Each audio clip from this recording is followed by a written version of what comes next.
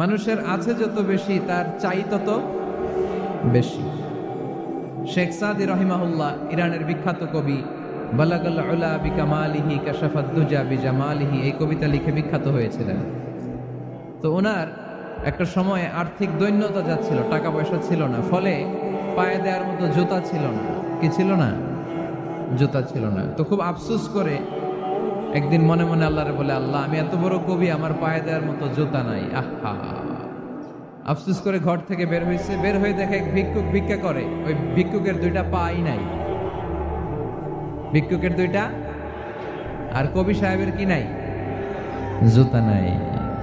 কবি সাহেব যখন এই দৃশ্য দেখছে, হায় রে, আমার তো পা আছে, এর তো পাই নাই, সেজদায় পড়ে গেল। আর আল্লাহরে বলে, আল্লাহ শুকর আলহামদুলিল্লাহ, বেশ ভালো আছি, আর কিছু লাগবে না। এজন্য শান্তি হচ্ছে শুকর আলহামদুলিল্লাহর ভিতরে।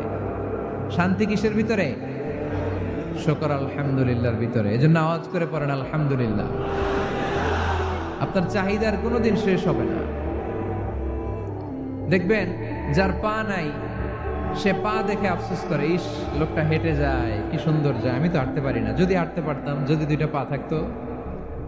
যার পা আছে সে সাইকেলওয়ালাদেরকে দেখে আফসোস করে, ইস আমার যদি একটা সাইকেল থাকতো তাহলে তার হাঁটা লাগতো না, সাইকেল দিয়ে বাজারে যেতাম। যার সাইকেল আছে সে আবার হুন্ডাওয়ালাদেরকে দেখে আফসোস করে, ইস একটা হুন্ডা যদি থাকতো তাহলে তো ভোঁ ভোঁ করা যাইতো না। হুন্ডাওয়ালারও আফসোস আছে প্রাইভেট কারওয়ালাদের দেখে, তারা আফসোস করে, ইস আমার যদি একটা কার থাকতো তাহলে তো কার চালাইতে পারতাম। যাদের প্রাইভেট কার এদেরও আফসোস আছে, ইস আমার যদি একটা হেলিকপ্টার যদি থাকতো তাহলে তো উড়াল মারতে পারতাম, ঠিক কিনা? হেলিকপ্টারওয়ালাদেরও আফসোস আছে, আমার যদি একটা জেট প্লেন থাকতো, jet plane, private jet plane, prince Walid bin তালালের মতো 70% মেড অফ গোল্ড, তার একটা জেট প্লেন আছে, এটার 70% স্বর্ণ দিয়ে বানানো। তার মানে চাওয়ার কোনো শেষ আছে? নাই। সুখ শান্তি যদি চান, অলওয়েজ পড়বেন আলহামদুলিল্লাহ। কে পড়বেন? টাকা যার বেশি, টেনশন তার বেশি। সাধারণত টাকা যার বেশি, রোগ তার বেশি। টাকা যার বেশি, শান্তি তার কম। আপনি খোঁজ নিয়ে দেখেন, 1000 কোটি টাকার মালিক, ঘরে শান্তি নাই। স্ত্রীর সাথে মনোমালিন্য, স্ত্রী যায় একদিকে, উনি যায় আরেকদিকে। পোলায় কই যায়, পোলায় নিজেও জানে না, মেয়ের অবস্থা খারাপ, আরেক ছেলের সাথে হাঁটে। তো এই হচ্ছে এদের লাইফস্টাইল। সবাই না, আল্লাহওয়ালা যারা তারা ভিন্ন। রাতে এদের ঘুম হয় না, অনেকগুলো ঘুমের ট্যাবলেট খেয়ে ঘুমাতে হয়, ঘুম আসে না, ঘুম আসে না। কিন্তু রিক্সাওয়ালা, কুলিওয়ালা, দিনমজুর, এদের রোগ বালাই আছে? কথা বলেন। খাওয়ার সমস্যা আছে, ঘুমের সমস্যা আছে, শুইলেই ঘুম আসে, যেখানে রাইত ওইখানেই গাই। ঘুমাইতে দেরি, নাক ডাকতে দেরি হয় না, ওর নাকের ডাকের আওয়াজে ট্রাকের ইঞ্জিনও ফেল। শান্তির ঘুম। এই জন্য সবসময় শান্তি খুঁজতে হবে। কি খুঁজবো? শান্তি দেওয়ার মালিক কে? আল্লাহ তুমি এই দেশটাকে শান্তিময় করো। আসুন আমরা সরাসরি কোরআন থেকে শুনি, কারণ কোরআন থেকে শুনলে বরকত বেশি না কম? আরো জোরে বলেন, বেশি না কম? এটা এমন একটা কিতাব যে কিতাবে কোনো ভুল নাই। আছে? সন্দেহ আছে? সংশয় আছে? মুত্তাকিনদের জন্য এই বইটারে হেদায়েতের কিতাব করে নাজিল করলো কে? যালিকাল কিতাবু লা রাইবা ফি হুদাল লিল মুত্তাকিন। This is the book, the most authentic and original book in the world, whereof there is no doubt in it, and a guidance to those who are muttaqin. এটা এমন বই যে বইয়ে কোনো ভুল নাই, কোনো সন্দেহ নাই, কোনো সংশয় নাই। মুত্তাকিনদের জন্য এই বইটারে হেদায়েতের কিতাব করে পাঠালো কে? আবার আল্লাহ বলেন, কিতাবুন আনজালনাহু ইলাইকা লিতুখরিজান নাসা মিনাজ-যুলুমাতি ইলান-নূর। নবী হে, এই কিতাবকে আমি নাজিল করেছি অন্ধকারাচ্ছন্ন মানুষগুলোকে আলোর পথ দেখাতে, বামপন্থী গুলারে ডানপন্থী বানাতে, জাহান্নামী গুলারে জান্নাতি বানাতে। এই কিতাব যদি কেউ পড়ে, সে মানুষের মতো মানুষ হয়। ওই মানুষ কখনো অন্যায় করে না। এই কিতাব যে পড়ে এবং মানে, এই কিতাবের শিক্ষাকে যে নিজের মধ্যে ধারণ করে, সে কখনো মিথ্যা বলে না। মা বাবার সাথে বেয়াদবি করে না, ওই আলোকিত মানুষটা কখনো টেন্ডারবাজি করে না, চাঁদাবাজি করে না, দুর্নীতিতে চ্যাম্পিয়ন হয় না, ক্যাসিনো ব্যবসায় নামে না। এই কোরআন যারা বুকে ধারণ করে এরা কোনোদিন পেঁয়াজের দাম বাড়ায় না, জোরে বলেন ঠিক কিনা? এরা কখনো তাদের কোনো কাজে জনমানুষের ক্ষতি করে না, এরা সব সময় কল্যাণের পক্ষে, এরা মানবতার পক্ষে, এরাই হচ্ছে আলোকিত মানুষ, ঠিক কিনা? মানুষ হওয়া পৃথিবীতে বড় কঠিন। খালি চোখে যা দেখেন এগুলো মানুষ না, এগুলো জনসংখ্যা। এগুলো কি? এজন্য বলা হয় বাড়ছে জনসংখ্যা, কমছে মানুষ। বাড়তেছে কি, কমতেছে কি? মানুষ। গরুর পেট থেকে বেরোলেই ওটা গরু হয়ে যায়, ছাগলের পেট থেকে বেরোলেই ওইটা ছাগল হয়ে যায়, মুরগির পেট থেকে বেরোলেই ওটা মুরগি, কিন্তু মানুষের পেট থেকে বেরোলেই ওটা মানুষ হয় না, ওটার মানুষ বানাইতে হয়, তাই না? আবার গরুকে কেউ কোনোদিন বলে না এই তুই গরুর মতো গরু হ, বলে শরীয়তপুরে? আপনারাও বলেন না? ছাগলরে কেউ কোনোদিন বলছে এই তুই ছাগলের মতো ছাগল হ, কিন্তু মানুষকে বলা হয় তুমি মানুষের মতো মানুষ হও। কোরআন পড়লে মানুষের মতো মানুষ হওয়া যায়, ঠিক কিনা? এই দুনিয়া এখন তো সেই দুনিয়া নাই, মানুষ নামের মানুষ আছে দুনিয়া বোঝাই, সেই মানুষের ভিড়ে আমার আসল মানুষ নাই, ঠিক কিনা? আসল মানুষের বড় অভাব, মানুষের মতো মানুষ খুঁজে পাওয়া দুষ্কর। এই কোরআন এসেছে আমাদেরকে মানুষের মতো মানুষ বানাতে। এজন্য এই কোরআন থেকে শুনলে লাভ না লস? কোরআনের সাথে আমাদের সম্পর্ক বাড়াতে হবে, প্রতিদিন কোরআন তেলাওয়াত করতে হবে। আপনারা করেন? হ্যাঁ, আজকে করছেন কারা কারা দেখি? মাশাআল্লাহ মাশাআল্লাহ, হাত নামান। প্রতিদিন যেন আমরা পড়ি, আর যারা এখনো শিখতে পারি নাই তারা যেন শিখে নেই। কোরআন পড়া যেমনি সওয়াবের, কোরআন শোনাও তেমনি সওয়াবের, ঠিক কিনা? কোরআন শুনলে রহমত নাজিল করে কে? وَإِذَا قُرِئَ الْقُرْآنُ فَاسْتَمِعُوا لَهُ وَأَنصِتُوا لَعَلَّكُمْ تُرْحَمُونَ। যখন কোরআনের তেলাওয়াত করা হয় মনোযোগ দিয়ে শোনো, তোমাদের উপর রহমত নাজিল করবে কে? এজন্য কোরআন পড়া, কোরআন শোনা সবটাই জরুরি। আমরা যেন কোরআনের সাথে আরো বেশি সম্পর্ক গাঢ় করতে পারি, কোরআনকে যেন আমরা আমাদের বন্ধু বানাতে পারি। আল্লাহ তুমি তৌফিক দাও। আর জোরে পড়েন আমিন। আজকে আমরা সূরাতু আর রহমান থেকে কথা শুনবো ইনশাআল্লাহ। পড়েন। এই সূরাটা মুখস্থ আছে কার কার? ও, অনেকেরই তো মুখস্থ, হাত নামান। এই সূরাটা যদি মুখস্থ নাও থাকে, এই সূরার মধ্যে এমন একটা আয়াত আছে এইটা সবার মুখস্থ, ঠিক কিনা? ফাবিআইয়ি আলা রাব্বিকুমা তুকাদ্দিবান, আমার কোন নিয়ামতকে তোমরা অস্বীকার করবে। এই আয়াতটা সবার মুখস্থ আছে না নাই? মজার ব্যাপার হলো এই আয়াতটা আল্লাহ তাআলা এই সূরার ভেতরে একবার, দুইবার, 5 বার, 10 বার নয়, 31 বার উল্লেখ করেছেন। কয়বার? 10 বার বললেও তো হইতো, 20 বার বললেও তো হতো, 31 বার বললেন কেন? তার মানে এটা জরুরি, এটার সিগনিফিক্যান্স, তাৎপর্য অনেক বেশি। যে জিনিস যত গুরুত্বপূর্ণ এটা বারবার বলতে হয়, ঠিক কিনা? এজন্য আল্লাহ তাআলা বারবার বলেছেন, বারবার আমাদেরকে সচেতন করেছেন।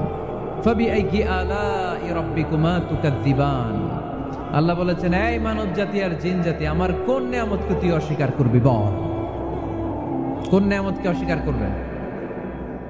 বলেন। আল্লাহর কোন নিয়ামতকে অস্বীকার করার কোন সুযোগ আছে? ওয়া ইন তা'উদ্দু নি'মাতাল্লাহি লা তুহসুহা ইন্নাল ইনসানা লাযালুমুন কাফার। যদি আমার নিয়ামতগুলো গুনতে শুরু করে দাও, গুনতে গুনতে তোমার জীবন শেষ হয়ে যাবে, হায়াত ফুরিয়ে যাবে। আমি আল্লাহর নিয়ামত গুনে কশিন কালেও তোমরা শেষ করতে পারবে। সাগরের জল যদি কালি হয়ে যায়, গাছের পাতা যদি খাতা হয়ে যায়, সাগরের জল নামক কালি দিয়ে গাছের পাতা নামক খাতার উপরে যদি আল্লাহর প্রশংসা লিখতে শুরু করে দেন, আল্লাহ বলে গাছের পাতাও ফুরিয়ে যাবে, সাগরের জলও ফুরিয়ে যাবে, কিন্তু আমার প্রশংসা করে তোমরা শেষ করতে পারবে না। এজন্য আল্লাহর প্রশংসা করতে হবে বেশি বেশি নাকি কম কম? কম কম না বেশি বেশি? ফাবিআইয়ি আলাኢ রাব্বিকুমা তুকাযযিবান, আমার কোন নিয়ামতকে তোরা অস্বীকার করবি বল। O mankind and jinnkind, which of my mercy and blessings you want to deny? আমার কোন নিয়ামতকে অস্বীকার করবি? অস্বীকার করার সুযোগ আছে? নাই। আল্লাহর হাবিব সাল্লাল্লাহু আলাইহি ওয়াসাল্লাম এই সূরাটাকে বড় পছন্দ করতেন। সাহাবাদেরকে একবার তিনি এই সূরাটা তেলাওয়াত করে শোনালেন। সাহাবারা চুপচাপ, ঠিক যেমন এখন আপনারা চুপচাপ। আল্লাহর হাবিব বললেন, ও সাহাবারা, তোমরা তো এই সূরা শুনে চুপ করে বসে আছো, কিন্তু তায়েফের ময়দানে জিনদের কাছে এই সূরাটা আমি তেলাওয়াত করেছিলাম, তারা কিন্তু চুপচাপ বসে থাকে নাই। যতবার আমি ফাবিআইয়ি আলাኢ রাব্বিকুমা তুকাযযিবান পড়েছি, এই আয়াতের বিপরীতে তারা উত্তর দিয়েছে, কারণ এই আয়াতটা একটা প্রশ্ন। It's a question from your lord to mankind and jinnkind. এটা আল্লাহর পক্ষ থেকে মানব জাতি এবং জিন জাতির কাছে রেখে দেওয়া একটা প্রশ্ন। ফাবিআইয়ি আলাኢ রাব্বিকুমা তুকাযযিবান, আমার কোন নিয়ামতকে অস্বীকার করবি তুই? আল্লাহর কোন নিয়ামত অস্বীকার করার কোনো ক্ষমতা আমাদের আছে? নাই, অসম্ভব। এজন্য এটা একটা প্রশ্ন। আল্লাহর হাবিব বললেন, ও আমার প্রাণের সাহাবারা, তোমাদের সামনে যখন সূরা আর রহমান তেলাওয়াত করলাম তোমরা চুপচাপ, কিন্তু তায়েফের ময়দানে যখন জিনদের কাছে তেলাওয়াত করেছি তখন তারা চুপচাপ থাকে নাই। যতবার আমি ফাবিআইয়ি আলাኢ রাব্বিকুমা তুকাযযিবান তেলাওয়াত করেছি, প্রত্যেকটা আয়াত শেষে এই প্রশ্নের উত্তর তারা দিয়েছে। সুবহানাল্লাহ পড়েন। যতবার এই আয়াতটা পড়েছি প্রত্যেকবার এই আয়াত শেষে তারা প্রশ্নের উত্তর দিয়েছে। তারা প্রত্যেকবার বলেছে, লা বিশাইইম মিন নিআমিকা রাব্বানা নুকাযযিবু ফালাকাল হামদু। আল্লাহ, তোমার কোন নিয়ামত অস্বীকার করার কোনো সুযোগ নাই, সব প্রশংসার মালিক তুমি। আবার যখন এই আয়াতটা আমি পড়েছি আবার উত্তর দিয়েছে, আবার আমি পড়েছি আবার উত্তর দিয়েছে। এরকম একবার নয়, দুইবার নয়, পাঁচবার নয়, 10 বার নয়, 31 বার এই আয়াতটা তেলাওয়াতের পর পর জিনেরা এই আয়াতের উত্তর আমার সামনে দিয়েছে। সুবহানাল্লাহ পড়েন। লা বিশাইইম মিন নিআমিকা রাব্বানা নুকাযযিবু ফালাকাল হামদু। We cannot deny any of your mercy and blessings. All praises to you. All praises to you. সব ক্ষমতার মালিক একজন, চিল্লায় বলতে হবে, তিনি কে? তিনি হচ্ছেন আল্লাহ। সূরাতু আর রহমান, সূরার নাম কি? আরো জোরে বলেন।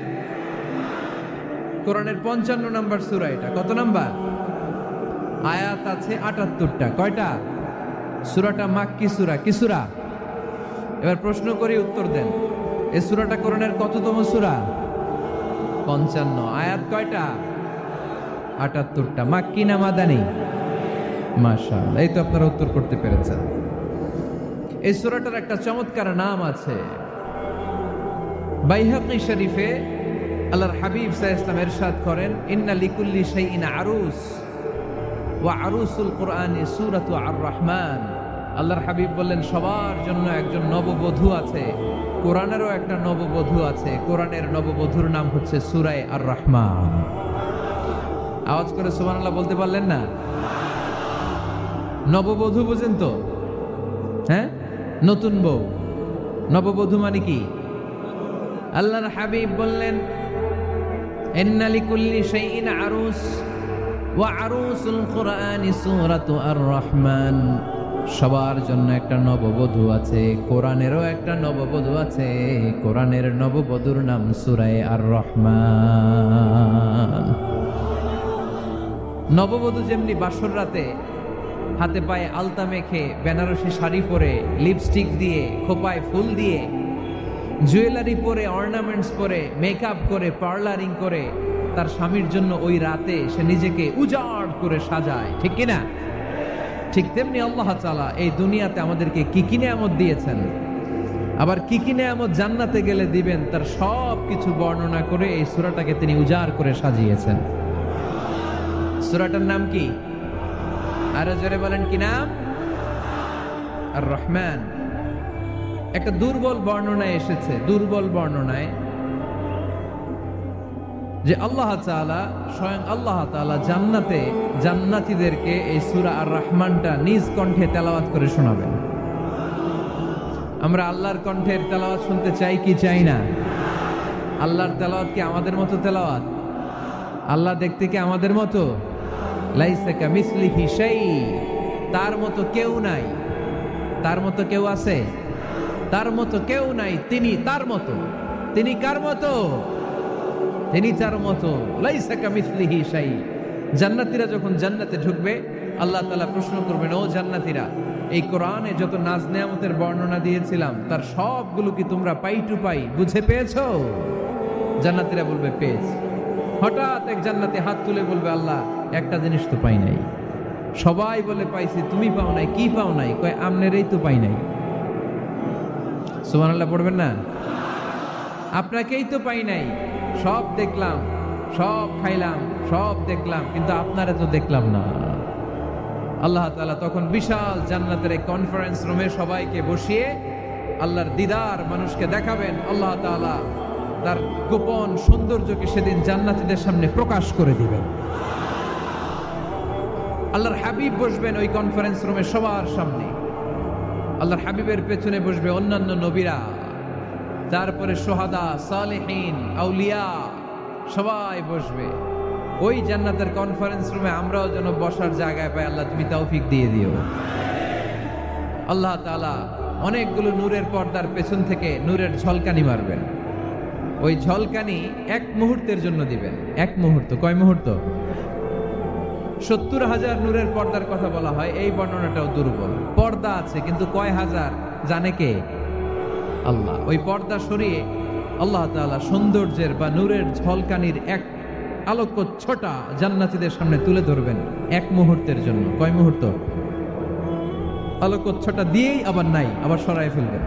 ওই এক মুহূর্ত দেখে জান্নাতীরা পাগল হয়ে যাবে, অপলক নেত্রে তাকিয়ে থাকবে। এইভাবে চোখের পলক ফেলবে না, চোখ মেলে তাকিয়ে আছে। কিন্তু সামনে কিন্তু আল্লাহর নূর আর নাই, কারণ ওইটা আসছিল কয় মুহূর্তের জন্য? এক মুহূর্ত পরে নাই। কিন্তু কি যে দেখলাম, কত সুন্দর!